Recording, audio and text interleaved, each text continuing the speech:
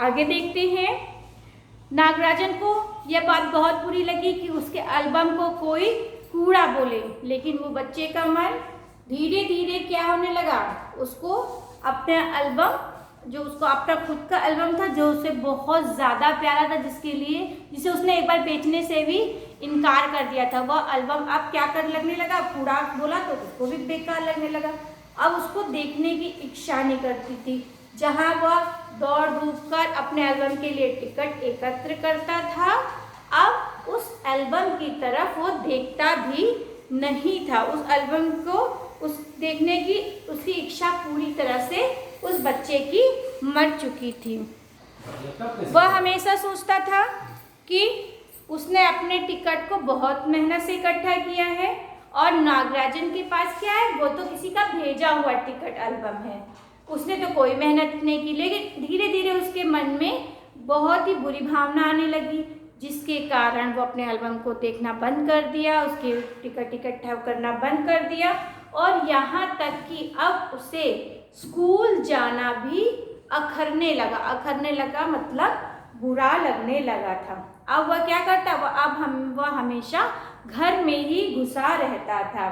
वह पहले की तरह अब टिकट इकट्ठा करने नहीं चाहता था और उसे अपने टिकट एल्बम से भी धीरे धीरे चिढ़ होने लगी थी। एक दिन राजप्पा ने निश्चय किया, मतलब उस दिन उसने सोचा कि वह अपने फालतू टिकट देकर नागराजन से कुछ अच्छे टिकट लेकर आएगा, यानी कि हथिया लेगा तो भाड़ लेना, मतलब उसने सोचा कि मैं कुछ फालतू टिकट लेकर जाऊंगा और कुछ अच्छे टिकट लेकर वहां से आ जाऊंगा।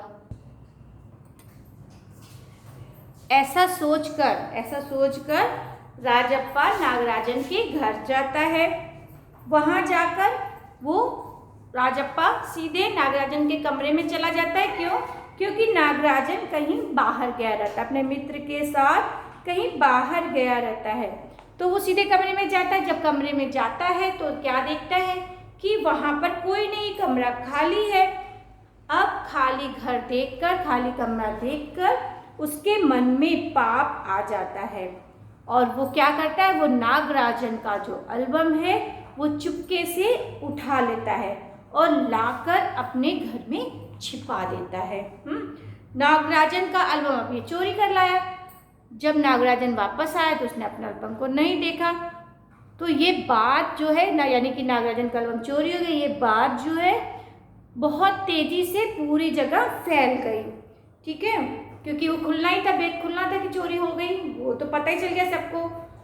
लेकिन जैसे ये खबर चारों तरफ फैली कि नागराजन का टिकट एल्बम चोरी हो गया, वो पूरी तरह से डर गया और डरने के कारण, क्योंकि पुलिस भी आ गई, इसलिए वो डर के मारे राजप्पा घर से बाहर भी नहीं निकलता है।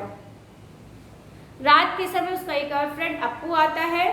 वो आकर राजप्पा को बताता है कि नागराजन का एल्बम चोरी हो गया है। नागराजन के पिता ने चोरी की जो रिपोर्ट है वो पुलिस में भी लिखा दी है ना, पुलिस में भी कर देंगे, शायद अभी कंफर्म नहीं किया, लेकिन फिर भी वो बच्चा डर जाता है। नागराजन की बहन, जो उसकी बहन रहती है कामाक्षी, वो भी बताती है कि राजप्पा जो है, ना केवल राजप्पा ही था जो नागराजन के कमरे में आया था। तो अब ये बात सुनकर राजप्पा बहुत डर जाता है, क्योंकि पुलिस आएगी और पुलिस को पता चल जाएगा कि सिर्फ राजप्पा ही नागराजन के कमरे में गया था, तो इसलिए वो बहुत डर जाता है।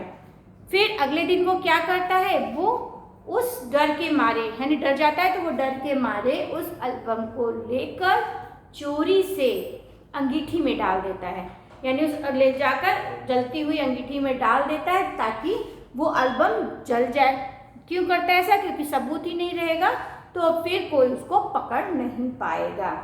थोड़ी देर के बाद नागराजन उसके पास वापस आता है। नागराजन को देखकर लगता था जैसे वो बहुत रोकर आया है, यानी कि उसका एल्बम चोरी हो गया, इसलिए नागराजन बहुत ही उदास हो जाता है और वो बहुत रो रहा है, इसलिए उसका चेहरा ऐसा हो जाता है। ठीक है, राजप्पा को देखते ही नागराजन फिर से रोने लगता है। राजप्पा नागराजन को चुप कराने के लिए क्या करता है, अपना टिकट एल्बम उसे दे देता है। नागराजन को इस बात पर बिल्कुल भी विश्वास नहीं होता कि जिस टिकट एल्बम को राजप्पा अपने प्राणों से भी ज़्यादा प्यार करता था वो उसको कैसे दे सकता है, क्योंकि उसमें मेहनत से इकट्ठे किए हुए बहुत सारे टिकट हैं और वो कैसे उसको दे दिया, उसे यकीन तो नहीं होता है। लेकिन राजप्पा उसे ज़बरदस्ती उस टिकट एल्बम को दे देता है और रोने लगता है। इस तरह से कहानी यहाँ पे ख़त्म होती है। तो हम देखते हैं कि कैसे वो बच्चा एक बार क्या कर रहा है, एक बार मन में जो पाप आया है वो किया और उसके बाद उस पाप का उसने पश्चाताप भी किया। इस तरह से ये कहानी यहाँ पर ख़त्म होती है।